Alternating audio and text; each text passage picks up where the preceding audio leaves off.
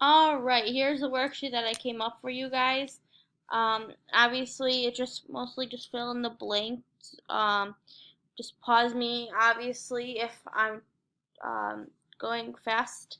And also for the Venn diagram, I did cats and dogs. It's in the slide, and just write it here or write it inside the Venn diagram. I don't really care. Just one of those. Okay, let's get to it. Academic language. Academic language.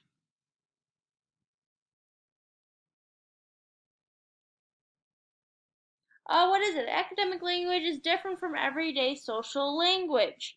It is a vocabulary students or adults must learn to succeed in classroom or a workplace. We use academic language to describe and comprehend complex ideas, higher order thinking, understand concept, academic language is what students read in textbooks and on tests and what we hear during instruction in the classroom.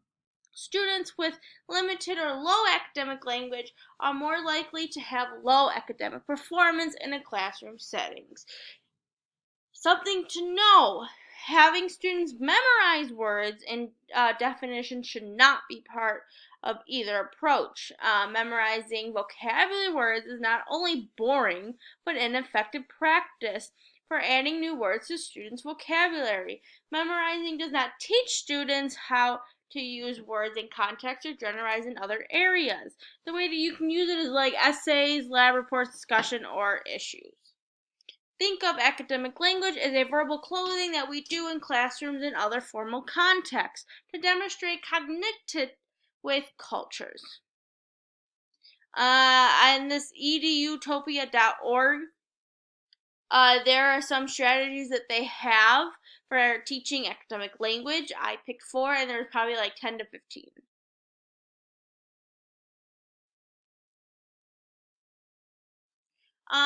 One of them is encourage students with diverse texts. Reading and thinking about talking about different genres is a sequence for learning academic language. Don't just do all fiction, do like fiction, nonfiction, bibliographies, even sometimes plays so they can interact.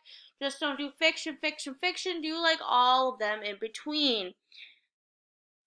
And then have like questions about what they learned so that get them thinking. And then like experience different things. Introduce summary frame, summarizing a simple approach to academic language. Students read a section text to themselves before they're talking to their peers. Learners can complete sentence frames or guides with summaries. If the main idea of the paragraph is problem solution, use the frame blank wanted blank, but blank, so then blank. Susie wanted to go to the store, but her car didn't have gas, so she had to call a friend. If the main idea of a paragraph is cause and effect, use the frame blank happened because blank. There was a bunch of flooding. Flooding happened because it rained really hard last night.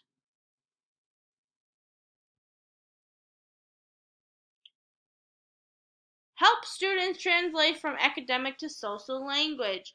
Model how to say something in a more academic way or how to paraphrase academic texts into more conversational language.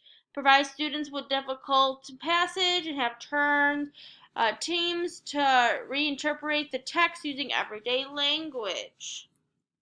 Do it a little differently. Paraphrase, summarize. Just do it differently so they're not doing word by word. This one is a really this one's a really good one. Compare and contrast. You can do this for anything. It helps students with the diagram, similarities right here, and then the differences on this one, and then this one's a different.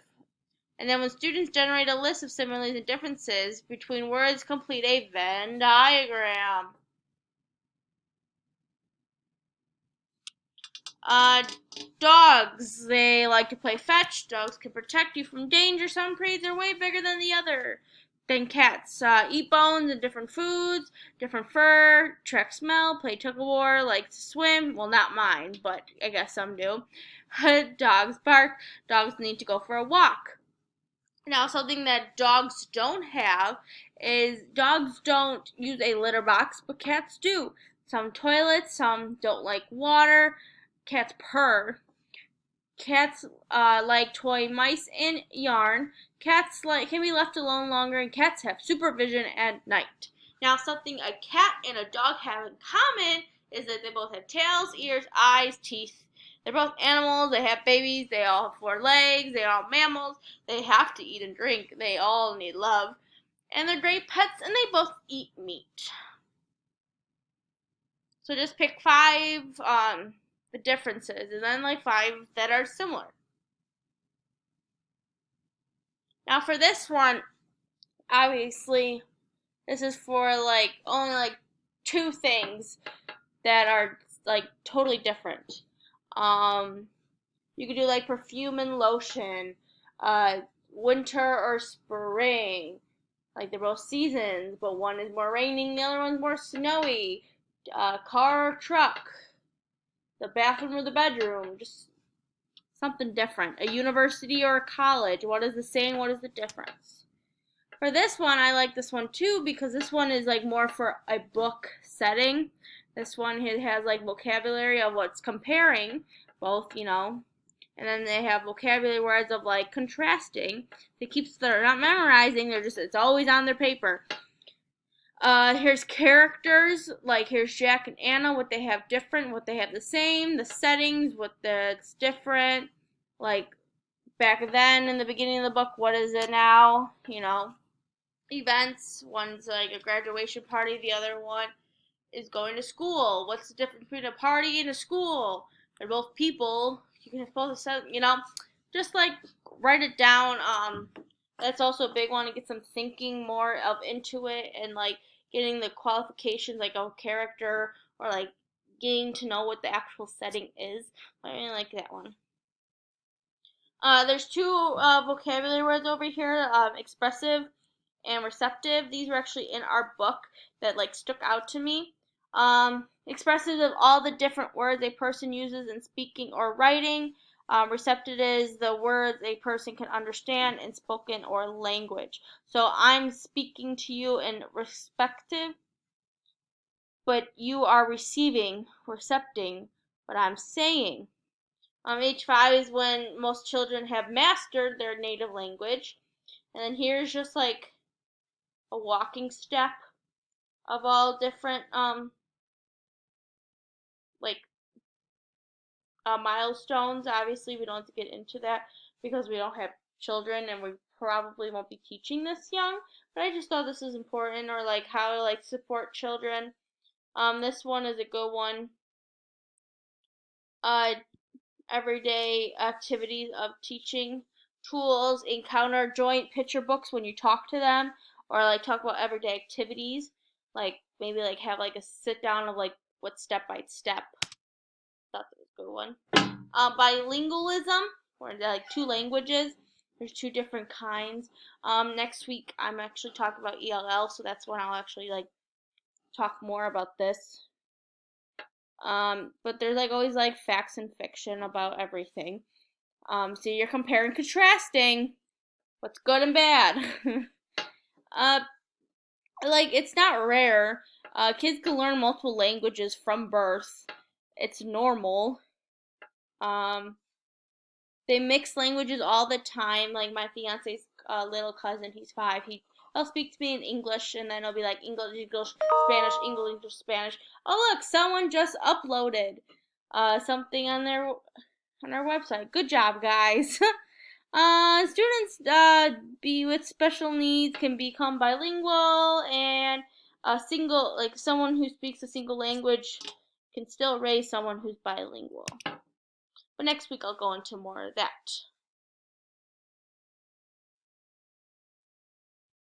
This is a handy handout. If you want to see if your like child is like developing normal with language skills. Obviously, we're not like going this young, but I think this is like a good website. Also, this you could just type in anything. I have this one of what an academic language is. And it says like indirect approaches that you can use when you teach language, or even like field trips. They'll have to like explain like what's going on, or providing extracurricular experiences to open all students before or after school that focus on academics. Special needs and ELL students can learn academic as well as social language from their peers. Brainstorming the meanings of academic language, terms, and using other words. It's I think it's a really good website. You could always just type in academic language or pretty much anything. If you see it down here, I spelled language wrong. Oh my gosh. But sorry. But here is just like anything. I'll probably use this for next week too. But it's a really good website, I think. What is language delay? Here's more like in depth on it. It's like a communication disorder. They might have one if they don't meet the language development milestones for their age. They're at a slower rate than most children, have trouble expressing themselves. Their delay may involve a combination of hearing, speech, and cognitive impairments. The types are language delay can be receptive, perspective, or a combination of even both, like me talking or someone else talking. It might be it's hard for them.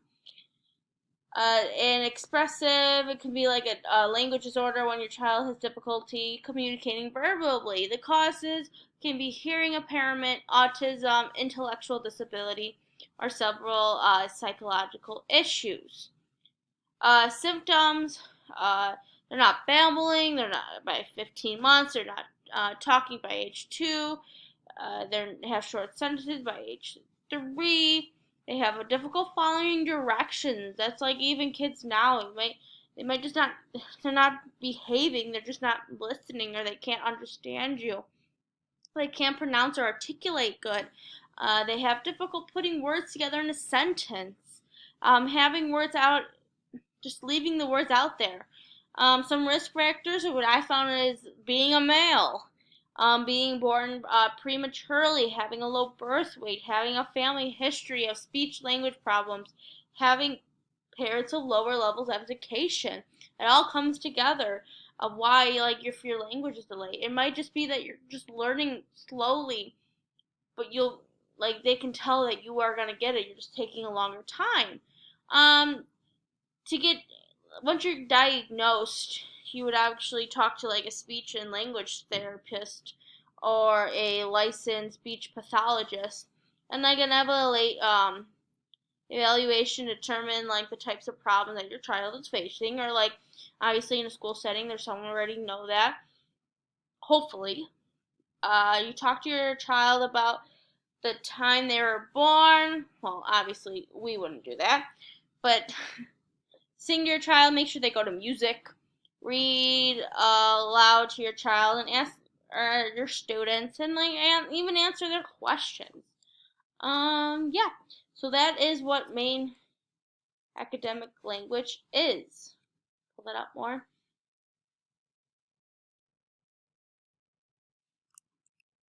Yeah. So awesome. Thanks, guys. I'll see you next week.